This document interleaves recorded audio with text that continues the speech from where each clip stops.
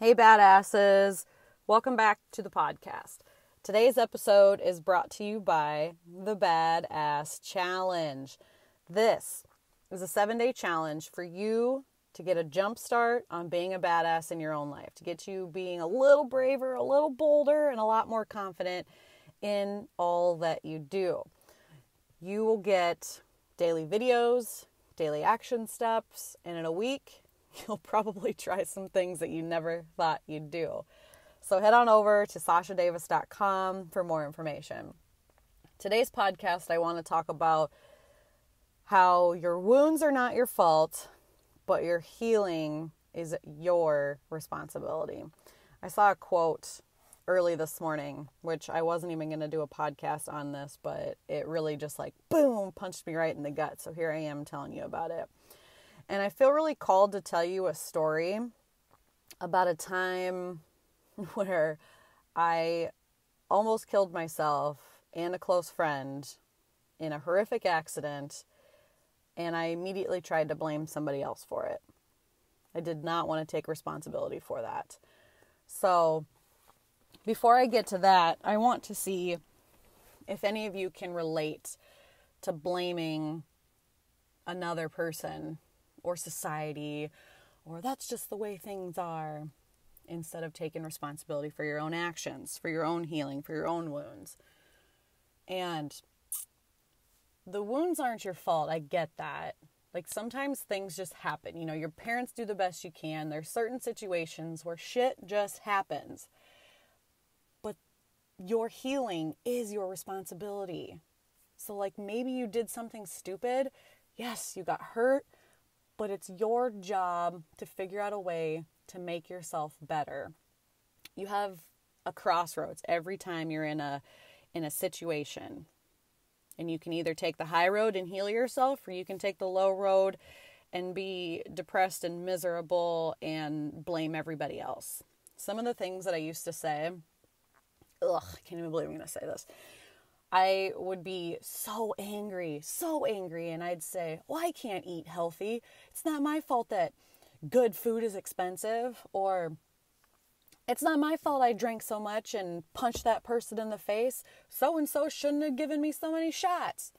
Or, it's not my fault that I maxed out my credit cards. The stupid bank should have never even have given them to me in the first place. It was always somebody else's fault for what my actions were. Another one that I really like to blame was my parents. I don't even know if they'll ever listen to this or not, but, I've worked on that forgiveness in myself to heal that wound, and it's a struggle, and I know that my parents did the best they could. They did. They really, really did, and it is not their fault that I have these wounds, right? But it's my job to heal those wounds so that I don't continue to pass them on to my children. And I used to say it all the time. It's my parents' fault. It's my parent. That's how I was raised. My parents should have tried harder. My parents should have done this, or my parents should have done that. And even at 30 years old, I still catch myself trying to blame my parents for some things. And then I just shake my head and I'm like, whoa, Sasha, no, it is not your parents' fault. You are a grown-ass woman. Start taking responsibility for yourself. And so I've been on this journey of self-discovery and self-healing for quite some time. And even though I've healed some of those wounds, it's every time you heal one, another surfaces. And you're like, oh shit, I didn't even know that this was an issue. I didn't even know that this was a deep-seated wound until it's brought to light. And then you're like, yep.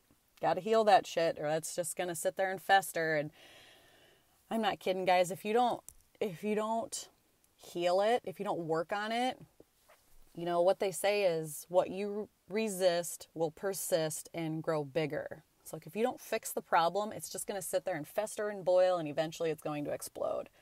And then it's going to be super unmanageable. And oh gosh, that's when shit hits the fan, right? So try to be a little more proactive instead of reactive. But I want to give you an example of a pretty serious situation that I was in.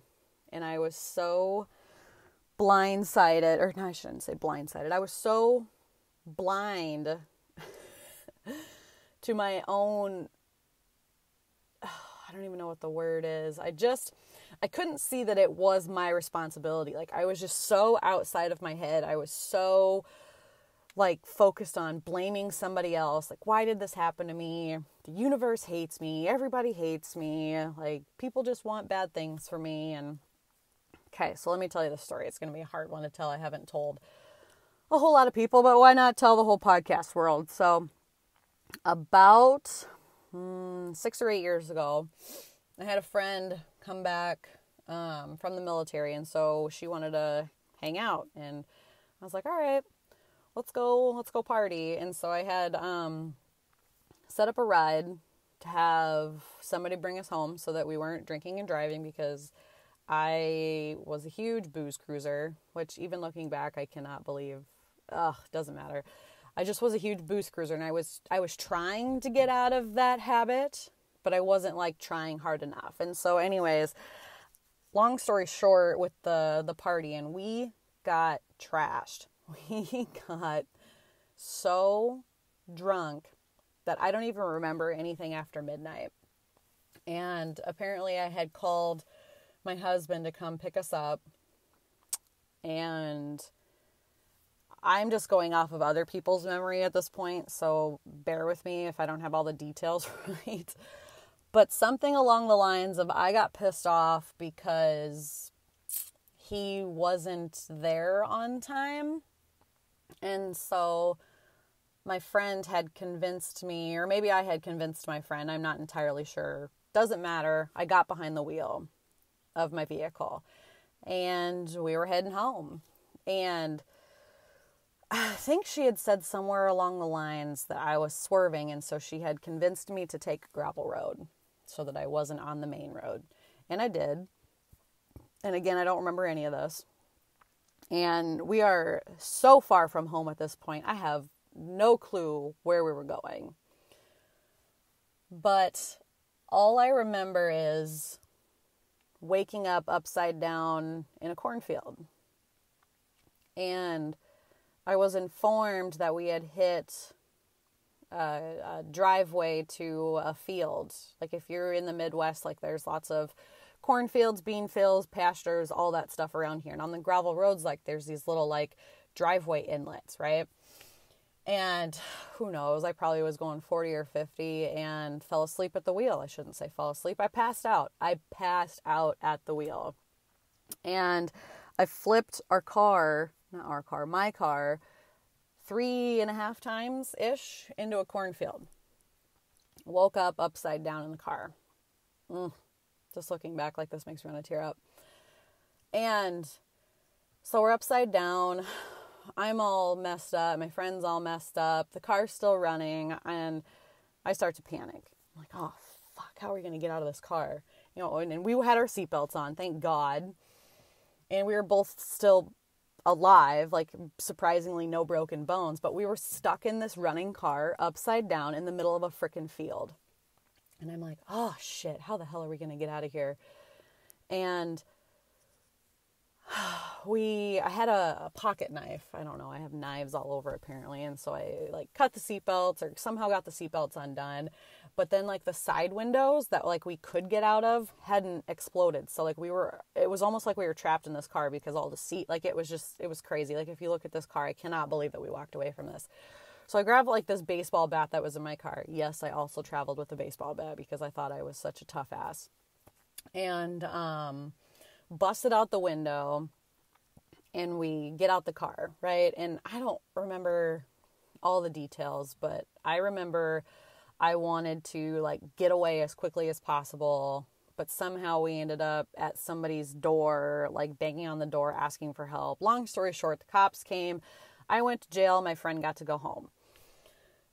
The whole time I was just blaming everybody else. The whole time in my head, I was like, why did so-and-so let me drink? Why did so-and-so keep giving me shots? Why didn't my husband show up on time?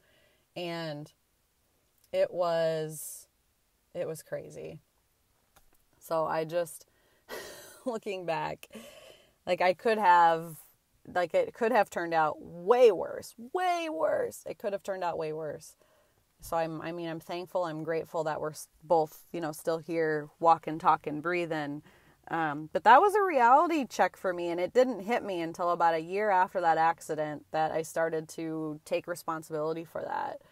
I had always tried to blame everybody else for my problems, everybody else for that entire accident. And that was probably worst case scenario. But I felt called to share that with you. And I had shared this with a friend yesterday, and I think it was the first time that she had heard the story too. But I'm all about speaking my truth and telling my stories in hopes that it will help somebody else. But you guys, I didn't take responsibility for my actions to the extreme, to the point where I could have killed somebody, and I just wanted to sit there and say that it wasn't my fault. The jail time. Ugh. Why do I have to do this? This isn't my fault. So-and-so should be in jail because they made me drink. Really, guys? Nobody made me drink. Nobody held my nose and shoved those shots down my throat. Nobody handed me the keys and said, Sasha, drive me home. I know you can't walk, but you can drive. Nobody did that. I did that. That was me. That was all me. So where at in your life are you not taking responsibility for your actions? Maybe it's not to the extreme like me where you're drinking and driving and flipping cars in cornfields, and even with that, looking back for a whole year after that, because I didn't have a license. I didn't want to tell anybody that I didn't have a license. So I just drove, you guys. I refused to take responsibility for this action of mine. I just pretended like it never freaking happened. I cannot tell you.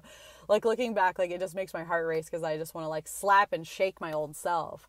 I cannot believe I did these things. I was so oblivious to taking responsibility for myself. And I just don't want people to think that somebody else can fix it for you, because the truth is they can't. And I have these deep wounds that, maybe the reason that I drank so much, I shouldn't say maybe the reason. One of the reasons I drank so much was to numb out those wounds. And then actions would happen, and then I didn't want to take responsibility for those actions. Yes, you can call it a drinking problem. Every now and then I'll have a glass of wine or a beer, but I cannot drink like I used to. I cannot. I turn into Psycho Sasha, and it's not good for anybody. And I know that now, and I take full responsibility for that. So I do not drink like that. Not anymore. And it's for my safety, and I promise you it's for yours too. So what are you doing in your life that you're not taking responsibility for? Maybe it's your health. Maybe it's your happiness. Maybe it's your job. Maybe it is drinking and driving. Maybe it's your children. What in your life are you not taking responsibility for? What wounds do you have that you need to heal? And when you heal those wounds, you don't have those negative reactions to it anymore. You don't have those triggers. Yes, it sucks healing those wounds. For me, I cried a lot. And I had help working through them. I had 3 different people that I would go to that helped me work through these wounds. And I'm still working on wounds, guys. It's not just a snap your fingers and be done. But you got to face the ugly before you start to feel good. You have to wade through all of the shit to get through the other side.